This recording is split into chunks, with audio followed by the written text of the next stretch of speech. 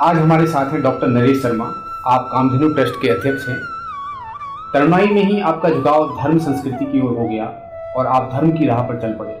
आपकी मुलाकात हरिदास शास्त्री जी महाराज से हुई और उनके कहने पर आप गौ सेवा को समर्पित हो गए और पिछले 20 वर्षों से ट्रस्ट बनाकर और अपने कार्यों के माध्यम से गौ सेवा के लिए समर्पित हैं। जब मैं पहली बार अपने गुरु से मिला श्री हरिदास शास्त्री महाराज से, तो वह स्वयं लगभग 90 वर्ष की उम्र में अपना पूरा समय गौ सेवा में लगाते हैं और वो बहुत विद्वान संत हैं, षट दर्शनाचार्य हैं। उन्होंने लगभग 100 पुस्तक शास्त्रों पर लिखी है। तो ऐसे विद्वान संत का दोनों कथनी और करनी एक है। उन्होंने हमसे कहा कि गाय भगवान की भी भगवान है, गौ सेवा पूर्ण है, गौ सेवा से समस्त पापों का प्रायश्चित होता है, गौ सेवा से सुख शांति समृद्धि मिलती है और गौ सेवा में सभी दान पुण्य यज्ञ हवन शामिल है। और भगवान श्री कृष्ण स्वयं कहते हैं कि गावो ममाग्रत में संतु, गावो में संतु पृष्ठते, गावो में सर्वत्र संतु, अहम गवाम मध्यम वसायामि। परमेश्वर भगवान श्री कृष्ण कह रहे हैं कि गाय मेरे आगे हो, गाय मेरे पीछे हो, गाय मेरे चारों तरफ हो और मैं गायों के मध्य वास करूं। कि पहली रोटी गौ माता की निकलती है। एक दर्शन दिया, श्राद्धों में देवताओं के पूजन से पहले गोग्रास निकलता है। किसी मंदिर में जब किसी मूर्ति का प्राण प्रतिष्ठा होती है तो उस मूर्ति को सबसे पहले पंचगव से स्नान कराते हैं, गाय के दूध दही घी गोबर और गौमूत्र, जब उसमें भगवान की प्राण प्रतिष्ठा होती है। तो भारतीय दर्शन में, भारतीय संस्कृति में गौ सेवा, गो पालन, गो रक्षा, गो दान, गौ सब कितना महत्व है, ये पूरे भारतीय दर्शन में स्पष्ट है। गौ माता कोई साधारण प्राणी नहीं है, कोई साधारण, ये परम प्राणी है। जहां भारत के शास्त्र गौ माता के महत्व को प्रतिपादित करते हैं, वहीं आधुनिक साइंस भी गौ माता के महत्व को प्रतिपादित करती हैं। क्योंकि एक माँ जन्म देकर हमें पृथ्वी पर लाती है, दूसरी कोई माँ हमारा शारीरिक, मानसिक, सामाजिक, भौतिक, वैज्ञानिक और आध्यात्मिक विकास करती है, तो वो गाय माता है। क्योंकि गाय अगर 25 का खाती है तो 50 का देती है। हम केला खाते हैं, गाय छिलका खाती है। हम गेहूं खाते हैं, गाय भूसा खाती है और बदले में देती है अमृत तुल्य दूध दही घी गोबर और गौमूत्र। ऐसा इस पृथ्वी पर कोई भी प्राणी नहीं है जिसके पांचों पदार्थ इस मानव जाति के कल्याण में काम आते हो। कि जिस प्रकार से हम अपने माता पिता का, अपने बच्चों का अपने घर में ध्यान रखते हैं, उनके सुख सुविधा का, तो इसी प्रकार जो इतनी पतित पावनी कल्याणकारिणी शक्तिदानी भक्तिदायिनी मुक्तिदायिनी मोक्षदायिनी ये जो प्राणी है, ये ऐसे सड़कों पर असहाय क्यों घूम रहा है, क्यों कूड़े के कचरे पर गौ माता खड़ी है। और आज जितने भी शहर हैं, आज दिल्ली एनसीआर में भी 50,000 गोवंश सड़कों पर हैं। लोग दूध निकाल लेते हैं, वो गायें नंदी सड़क पर घूमते हैं। तो दिल्ली नोएडा या जो भी शहर हैं, जो भी मेट्रो शहर हैं, वहां पर ट्रैफिक की वजह से, कारों की वजह से, ट्रकों की वजह से, बसों की वजह से इन गायों को घायल हो जाती हैं। ये लोग टक्कर मार देते हैं रात में, तो कई गायों के पैर टूट जाते हैं, कहीं और चोट लग जाती है, कहीं गायें नालों में गिर जाती हैं। तो हमें लगा कि जो भगवान श्री कृष्ण की को इतनी प्रिय है, भारतीय संस्कृति में जिनका इतना महत्व है, तो वो गौ माता पीड़ित नहीं होनी चाहिए, कष्ट में नहीं होनी चाहिए, असहाय नहीं होनी चाहिए।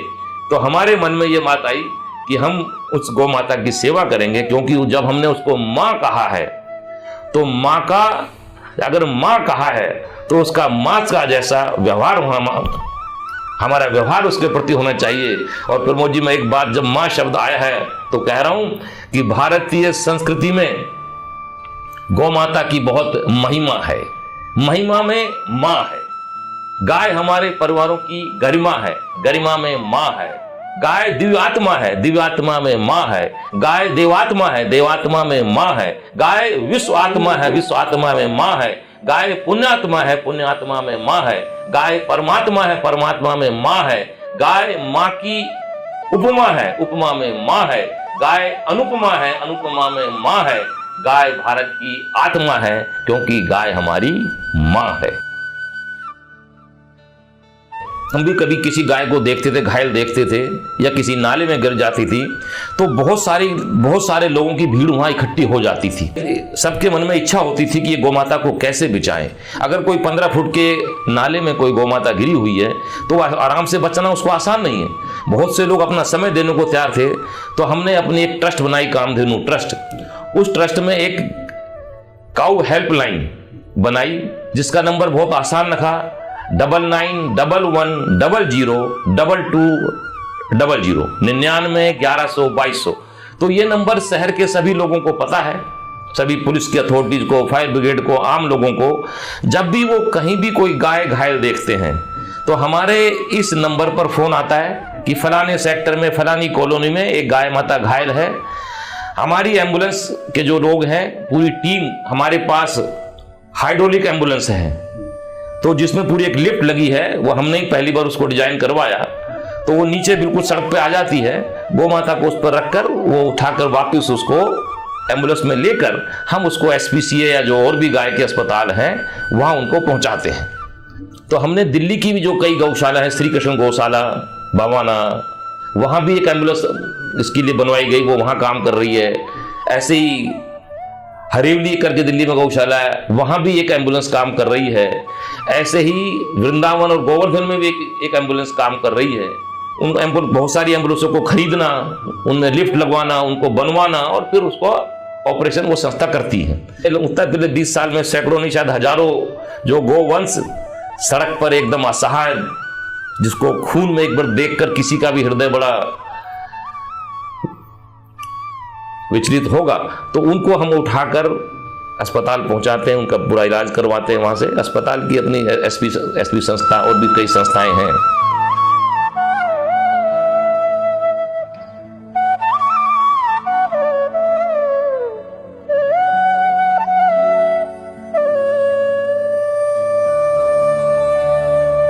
मैं सबको यही कहना चाहूंगा कि हम सभी भारतीय देसी गाय के दूध, घी, पंचगव्य का उपयोग करें।